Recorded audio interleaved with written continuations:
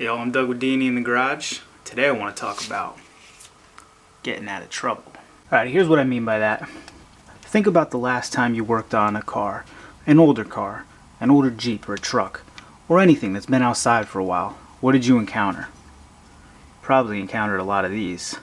Rusty bolts, rounded bolts, old stuff.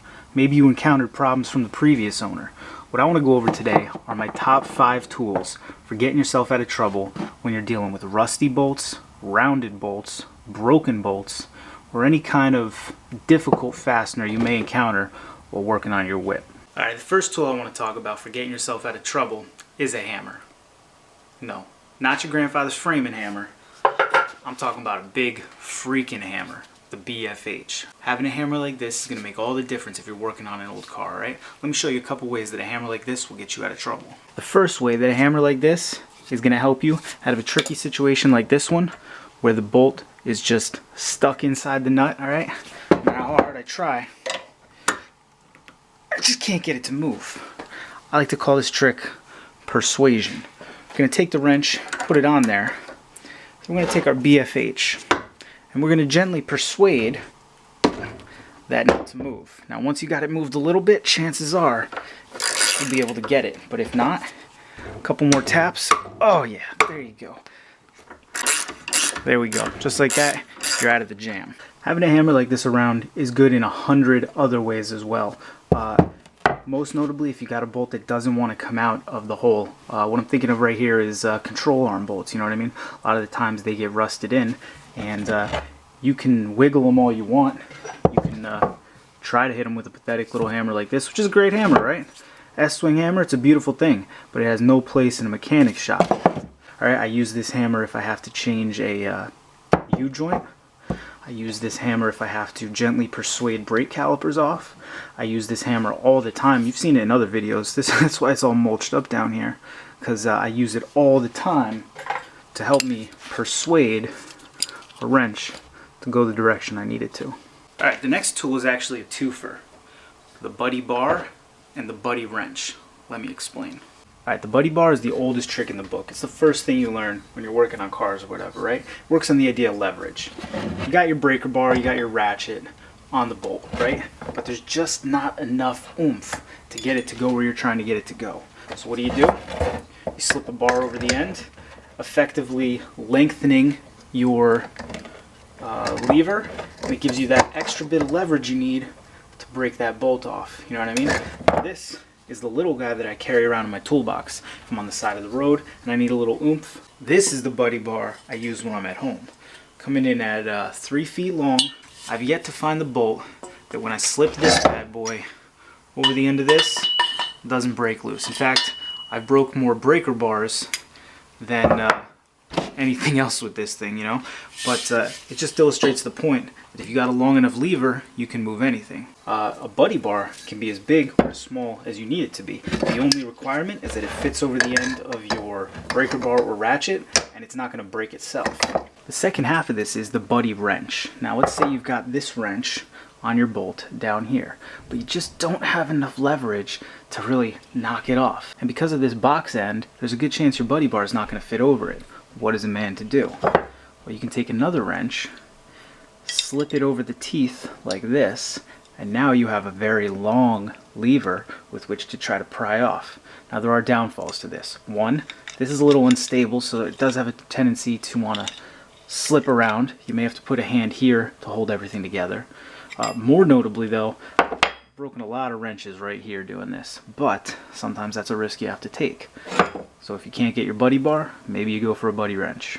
Next is a tool that I don't think has ever been brought out because things were going as planned. Vise grips. I honestly don't think that there's a project on the planet that calls for vise grips, right? There's no process where vise grips is the right way to go. This is the tool that you bring out when everything else has failed, alright? The way vise grips work, if you don't know, is you can adjust the size of this jaw here, right? And when you get it to just the right size around something, they'll actually lock. And they click on. And once these things have locked on to a nut, oh man, you can do anything you want. you're not gonna break that loose until you hit this little lever down here. Then they pop right off. All right. Vice grips can clamp onto anything, big or small, and you're not at the mercy of your own grip the way you are with normal pliers, you know. These jaws are only as strong as my grip down here. Now, I'm a pretty strong guy. These vice grips are still stronger, right? So whether you've rounded off the edge of your bolt, maybe the rust, I'm actually going to be using these this weekend, the upper shock mounts on the back of my XJ. They're so rusted that there isn't even a bolt head anymore. So what I'm going to have to do is get up in there, try to clamp these on in just the right way to get them to twist. Sometimes if you really have to, you can actually mix vice grips with a buddy bar. All right, now you have to do it the right way, because if your buddy bar hits this lever, it pops it open. But if you get one that's either large enough to go over the entire pliers or small enough to fit right in there, you have made yourself a heck of a break-free tool. Jaws that'll never slip with an extended lever, forget about it. Find me a bolt that's gonna stay true when you got this thing pulling on it, you know what I mean? Move on. I'm not gonna lie, this next option's probably my favorite. Fire! Alright, this is another one that old timers talk about a lot. What's the big deal with fire, alright? To heat up a bolt. What's going on there that would break free a rusted nut? Now this one does not help if your nut is rounded off. It doesn't help if you know, you're in a tight area or something, but it does help if your nut is just seized onto this bolt. Let me explain what happens, right? So you've got this bolt and this nut that have been sitting outside for 30 years, and what they've essentially done is welded themselves together with rust. So you take your torch and you heat up this nut. Now what's happening, as this heat travels from the outside of this nut to the inside and soaks through it, this nut is expanding, and it's expanding at a different rate than this bolt, which has all this material down here and is, you know, not getting direct flame. So this nut is expanding with the heat faster than this is expanding, and that expansion will actually break the bond that the rust or grime or whatever has created inside this nut. This is a great technique. All right, the thing that needs to be mentioned is obviously it's a dangerous technique. Probably don't go sticking a torch on the sway bar bolts right next to your gas tank. Make sure you're always wearing the appropriate safety gear. All right, anything that you hold a torch on for 10 minutes is going to be hot for quite some time. So use your head. Alrighty, last tool I'm going to talk about is, in my opinion, the least effective, but when it's time for these tools, they're probably the only thing that's going to help you. Easy outs. Essentially what this type is a two-sided drill bit, all right? One is reverse threaded, almost like a normal auger bit.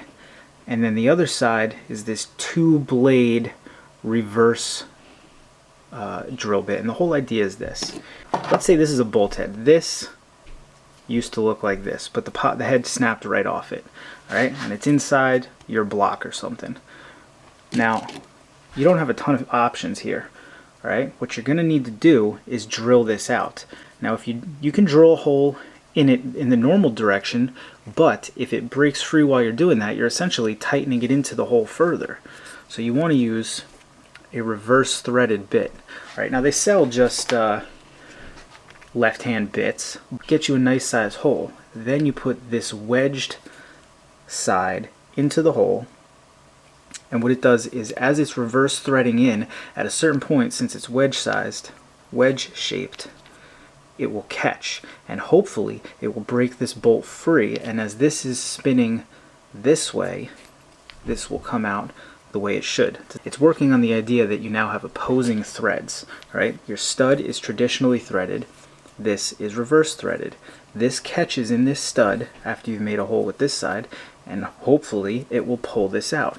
Alright guys, that's the end of my list. Alright, those are just my top 5. There are tons of ways to get yourself out of trouble. Alright, now these are tools you're probably not going to need every single day. You don't need to carry around a 3-foot bar with you at all times. Right? You don't need to carry a Burns-O-Matic torch around.